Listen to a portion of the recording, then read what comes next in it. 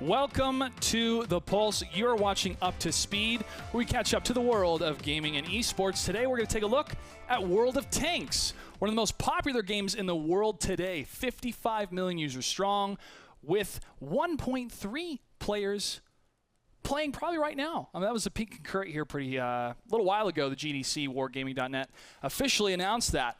But today we're going to talk about what the game is, the history of World of Tanks, and have some fun with some team members from Fulcrum Gaming. First off, the history of World of Tanks. This was a game developed from Belarus, and it does have a freemium-based model. That means this game is free to play, but you can also purchase some gold, which helps accelerate your experience gaining and also buying some premium tanks that you can use on the PvP playset.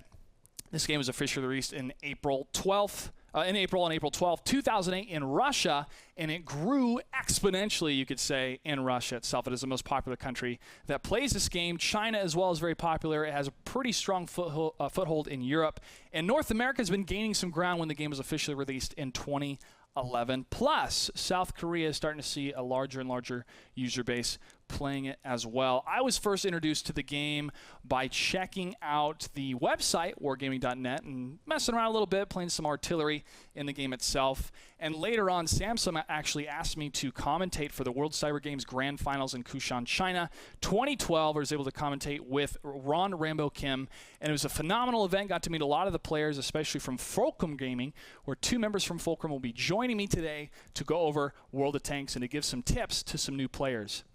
Now, the history of World of Tanks is really important because freemium is a new type of model that different games like League of Legends have become very, very successful on. And this model allows players to be able to introduce themselves to the game at no cost themselves. All they need is a computer and an internet connection.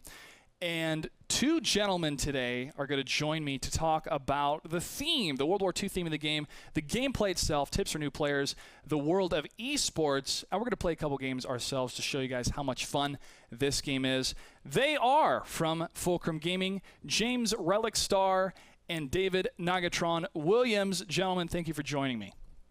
Thanks for having us. Now, James, you're coming out of Colorado. David, you're coming out of Texas. You guys have been gamers for a while. What sort of set you in motion to discover the game of World of Tanks, and how long have you been playing, and what's your history with the game? James, we'll start with you. All right. I actually have been a part of a fan community called BoarsWards.com for a long time, back when we used to play Dark Age of Camelot. That was my big PvP game, kind of gets me in the competitive mood early on. And so on those boards, we were always posting like what new games we were playing and everything. And someone posted about World of Tanks, and it was still in beta at the time, so I jumped on that and got hooked pretty early on in the beta. I played it for probably like 3 or 4 months. Quit for a little bit because I knew I was going to be crazy addicted to the game, and then later came back on with Nagatron. So it's probably been about 2 years now that I've been playing World of Tanks now, so good time the whole way through. A little bit longer than that if you include beta. Yeah, that's true. For me, I actually discovered it through James here. I've always played a whole lot of FPS and whatnot, and we were playing Battlefield, and we had pretty much worked through every type of vehicle, every type of class, and the only thing we had left was tanks, so we started playing a tank duo and doing really well at it. And at one point, James just mentions, well, there's a game that's only tanks, right?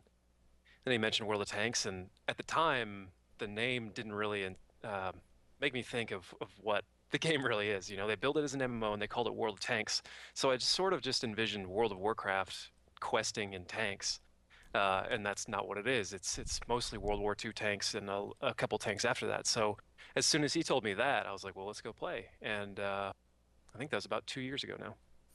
Well, it's quite different from World of Warcraft because there's no questing. You don't have to go on a quest with any of the tanks.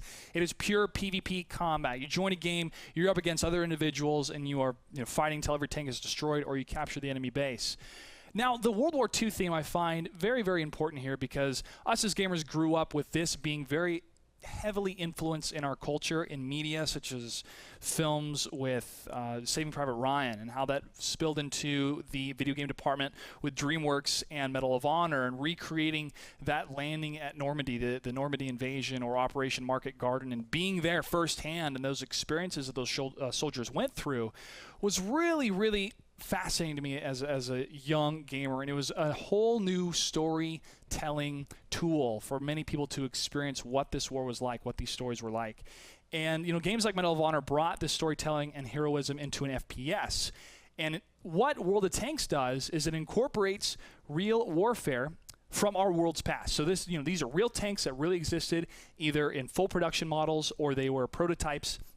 Some tanks were even just on the blueprint phases and the planning phases, were never really released.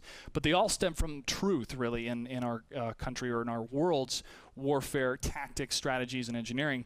And it actually allows me and other gamers to have a greater appreciation for tank history, for tank engineering, and for combat strategy itself. Because knowing the ins and outs of the tanks, the different assets the tanks have, the type of armor, the type of turrets, the different customization you can have on the tank, I find really fascinating, and it really gets you into this type of warfare that was so prevalent back in the 1940s, a big piece of our history. But hey, we're not here to take a huge history lesson. This isn't college, guys. This is World of Tanks, and when it comes down to it, it is a video game. So we're going to talk about the gameplay.